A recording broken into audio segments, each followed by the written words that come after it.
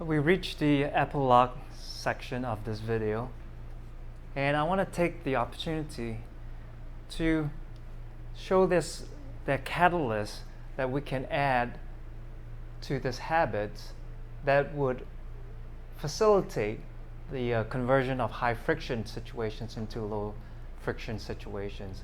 Again, reminder that Vails, this is our internal casino as an analogous model, and it helps us through habits convert high friction situations to low friction situations.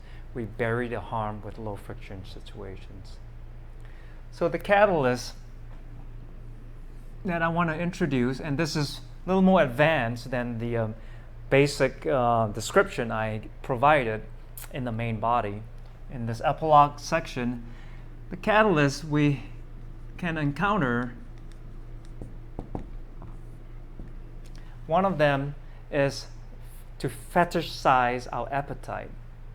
And this is a over-focus on the appetite so that we can increase the unconsciousness around the harm or the footprint, carbon footprint. So the first one is fetishizing.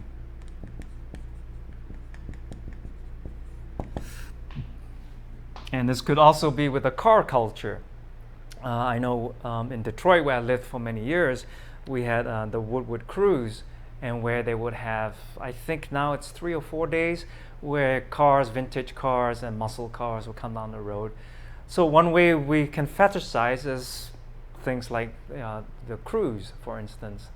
Another one is, eating meat, where we have events that promote, or I think the Coney dog contest where you can eat as much hot dogs as possible. So we go into fetishizing, which is the over-focus of a goal or appetite. Again, the whole purpose behind that is we increase the unconsciousness behind it.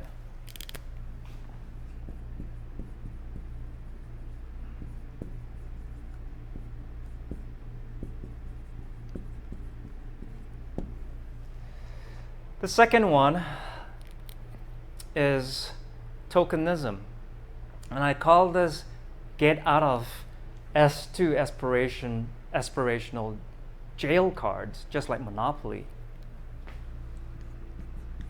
And again, all these are adaptations that I've created based on the inspiration of the original model by Bastian and Lofgren. And again, tokenism is basically get out of jail cards. S2 jail cards. And what I mean by tokenism is we focus on small scale impact items, but we give it large attention. And it's really a form of guilt clearing. So recycling is one of them. I think if you dig up, the information on recycling, not only we have a smaller impact on recycling in terms of preventing things ending up in landfills, because China has put a clamp to what they can receive. But in terms of overall impact, if you go to 350.org, recycling is not really high up there in terms of reducing our climate footprint. The second one is what I call armchair activism. And in armchair activism, I define it as high on the cushion but low on the pavement. Basically, it's people coming together and discussing topics, but really it's more of a group guilt clearing, high on the cushion but low on the pavement. That does not result into any changes in either policy or changes in the behavior or holding each other accountable in terms of driving down their climate impact behavior. So what this does is that it could be a rebound effect similar to driving a Prius, that if you drive a Prius, they found that the rebound effect is people drive more. So that could also, again, be a catalyst that causes you to be more entrenched in your habits. The other one is, the third one is low cost, low disruption options. And when I was, prior to doing these video series, I was working with the local faith groups around the Portland area. And what I was encountering was conservative and ageist approach towards climate change. And they all had very low disruption. Again, remember in episode 1, we talked about dissonance, going against the norm, patterns, and practices of the majority. And oftentimes we can do it in a form of appearing to have impact when we really are not having a high impact. They're really designed to be a low disruption act that does not push against the norms, patterns, and behavior of the group. So ageist or conservative climate change practices. And one of them could be, so for instance, composting, or then sometimes it turns to become a bake sale, teas or cookie. So really it's about a soothing of the group psychology and emotions around the issue than it is to really break the entrenchment. And the last one I think is most interesting, and I like this one, is called a loss of pathos. And this is, I came across the work of this philosopher, Elena Polsini. And she has a book called The Care of the World. And she argues is that generally there has been a loss of feeling on issues around the climate because we have adopted a defense strategy to maintain a sense of a private interior self. And because of globalization and modernity, where there's a lot of changes in our surroundings, it causes us to lose a sense of defined boundaries with the external and our internal sense of self. There's a shake-up in the territory where it feels it's invasive to our deeper psychological self. And this disruption to self causes us to go deeper inside ourselves, where the only buffer we can have is not to feel. So these are the catalysts that I want to tie in that drives this conversion from high friction to low friction.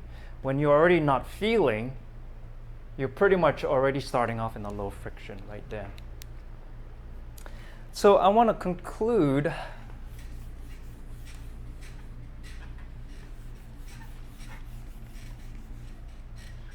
by looking at our S2 and S1.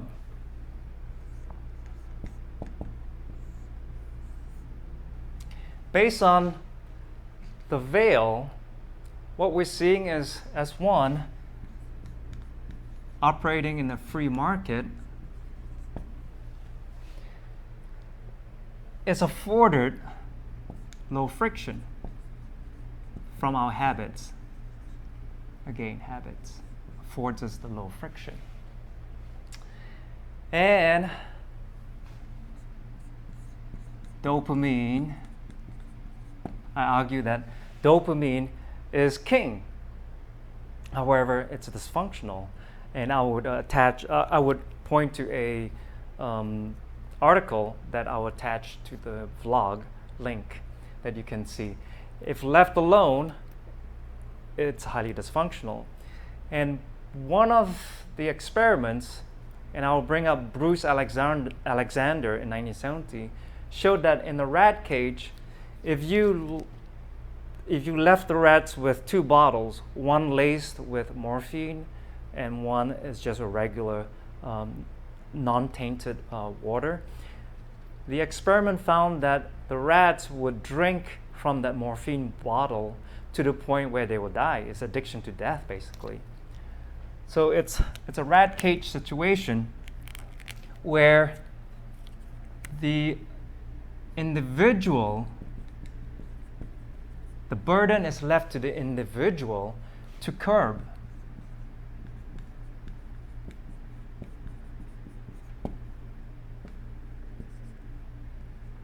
That is in the S1 situation.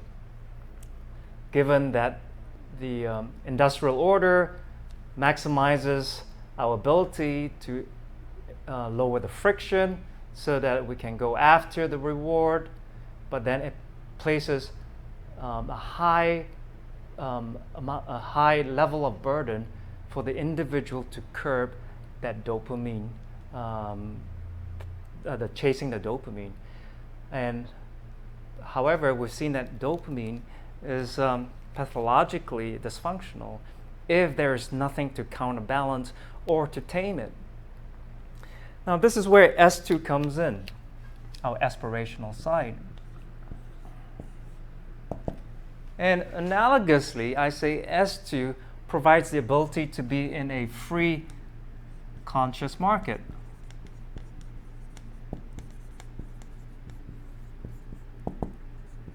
Where our salience, which is our S2 aspirational, is not manipulated.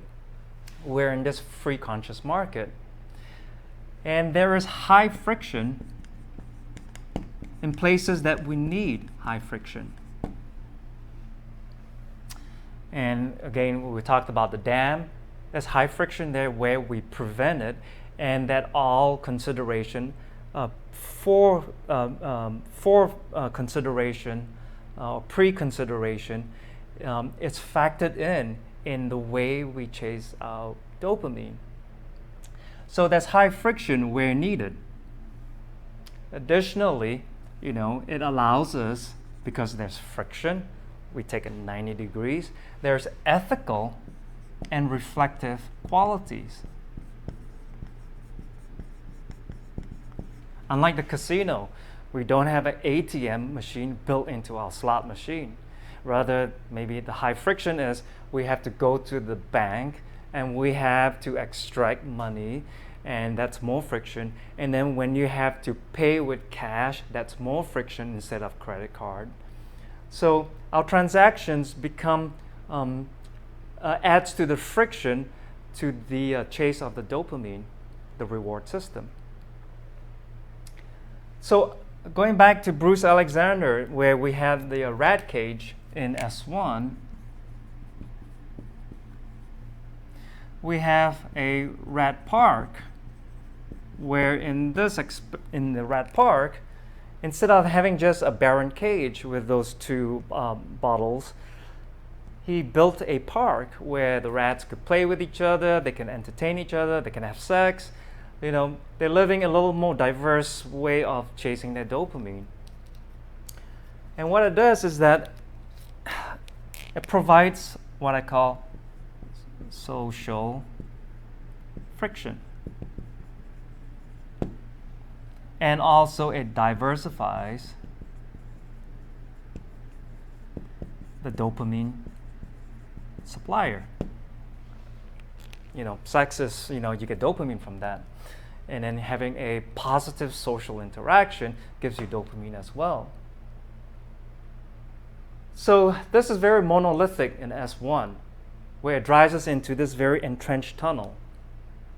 And in the pursuit of dopamine, we get into a low friction situation. Just like the casino, they clear the way for you to commit into this deep loss, to the point where you're disembodied and you're mindless.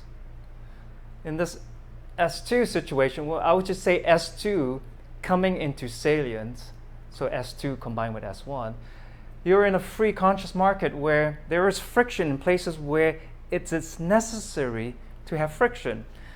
So going back in 2008, 2009, where we had the real estate market crash, one of the chief problems was that the high friction last defenses were removed, and as a result, the institutions were failing.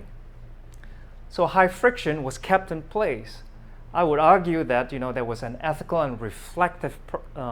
It allows ethical and reflective consideration in the pursuit of the dopamine.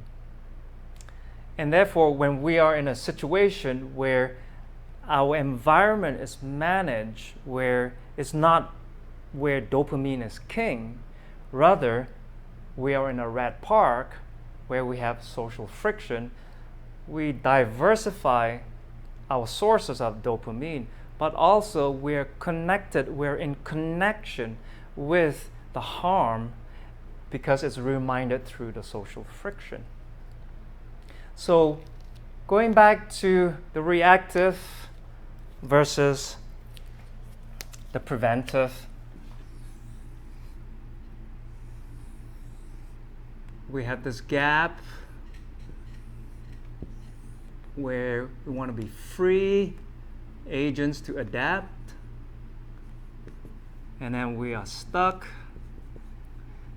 as in a maladaptive place. Adaptive, and then we say that there was a gap, and that gap can be broken up into we are good in the language of the reactive grammar, but we're poor in terms of our preventive.